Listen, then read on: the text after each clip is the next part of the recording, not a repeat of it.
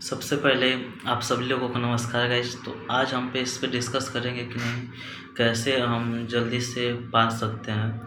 देखिए, मेरा जो अनुभव रहा है उसके आधार पर बता सकते हैं।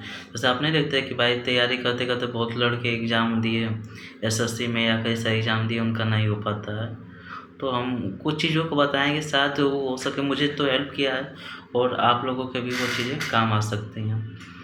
देखिए, आप जैसे आप एक चीज़ नोटिस किए होंगे, आप एसएससी में तो कंपटीशन तो बहुत ही ज़्यादा रहता है, ये चीज़ आपने देखा होगा। और बैंकिंग में तो देखा ही होगा, बैंकिंग भी एक अलग ही है, उसमें स्पीड चाहिए होता है। तो कुछ चीज़ें ऐसा होता है ना कि अगर आप वो चीज़ कवर कर लो तो आपका कई जगह होने का चांस रहता है और करने वाले करते भी हैं।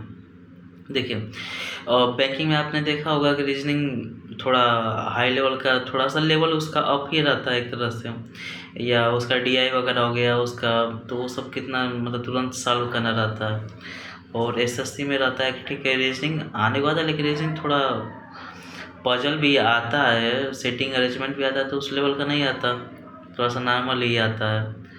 तो ये चीज़ें है ना कि अगर इन सब चीज़ों पे आप कर सकते हो, जैसे हम यही बताना चाहेंगे, जैसे इन सब चीज़ों पे आप अगर आप कमांड अपना बना लेते हो तो वो चीज़ें आपको बहुत ही हेल्प करेंगे। देखिए, कई सारा होता है ना, देखिए आईबीपीएस होता है, कई सारे एग्ज़ाम कंडक्ट करवाता है ये चीज़ें, बैंकिंग के अलावा भी।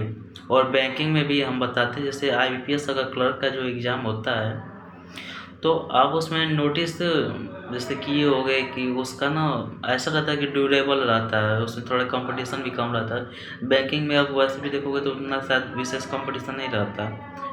लड़के शुरू से ही घबराते हैं, भाई वर्कलोड रहेगा, ऐसा रहेगा। तो अगर आप पूरा बैंकिंग का नहीं कर सकते तो कुछ चीज़ें आप कर सकते हो, जैसे कम से कम आप सीटिंग अरेंजमेंट आपको आना चाहिए बढ़िया से।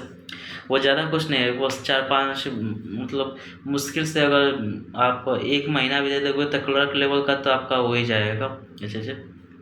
तो और मेंस के भी कुछ क्वेश्चंस आप प्रिपेयर कर सकते हो। तो ऐसा बस ये नहीं है कि नहीं आप नहीं कर सकते, तो इस चीज़ को कर सकते हो। और हम बताना चाहेंगे, देखिए आईबीपीएस क्लर्क के अलावा देखिए आईबीपीएस और भी एग्ज़ाम कंडक्ट करवाता है, जिसमें ना कुछ चीज़ें वो पूछता है, वो मैथ्स वगैरह, रीजनिंग वगैरह, बैंकिंग का पूछता है, उतना लेवल नहीं रहता है, लेकिन बाकी जीके वगैरह एसएससी का पूछ देता है। तो देखिए, जो भी लड़के तैयारी कर रहे हैं उनका यही है ना कि अपना वो थोड़ा सीटिंग अरेंजमेंट अगर वो बढ़िया से कर लेते हैं और ये पजल वगैरह बढ़िया से सॉल्व थोड़ा कर लेते हैं, मतलब ये नहीं बोल रहे कि एकदम हाई एंड की तरफ। नॉर्मल वही पूछता है, पैरेलल सीटिंग अरेंजमेंट पूछता है, फिर डायरेक्शन है कौन नॉर्थ साउथ में सर्किल वाला पूछता है। तो इसको थोड़ा सा अगर आप फास्ट कर लेते हो, या फ्लोर वाला क्वेश्चन पूछता है। फ्लोर वाला तो एसएससी में शायद मैंने कभी नहीं देखा है, एग्ज़ाम वगैरह दिए तो फ्लोर ये सब अगर क्वेश्चन आप सॉल्व कर ले तो फ्लोर वाला भी कुछ नहीं आसान नहीं है।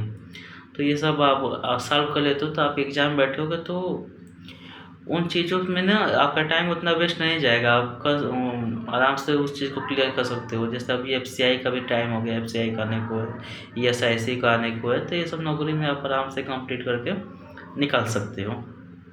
और इन सब में यही होता है। देखिए, वहाँ पे एग्ज़ाम में क्या होता है, जैसे हमने भी दिया तो मैंने आस-पास में देखा सब रीजनिंग में क्या हुआ था, वो बैंकिंग वाला रीजनिंग पूछा था।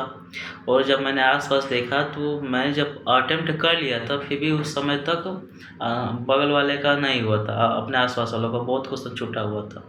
तो यहीं पे एज मिल जाता है, जो थोड़ा सा नहीं है कि अपना लेवल अप कर लिया तो आराम से उससे चीज़ों को निकल जाता।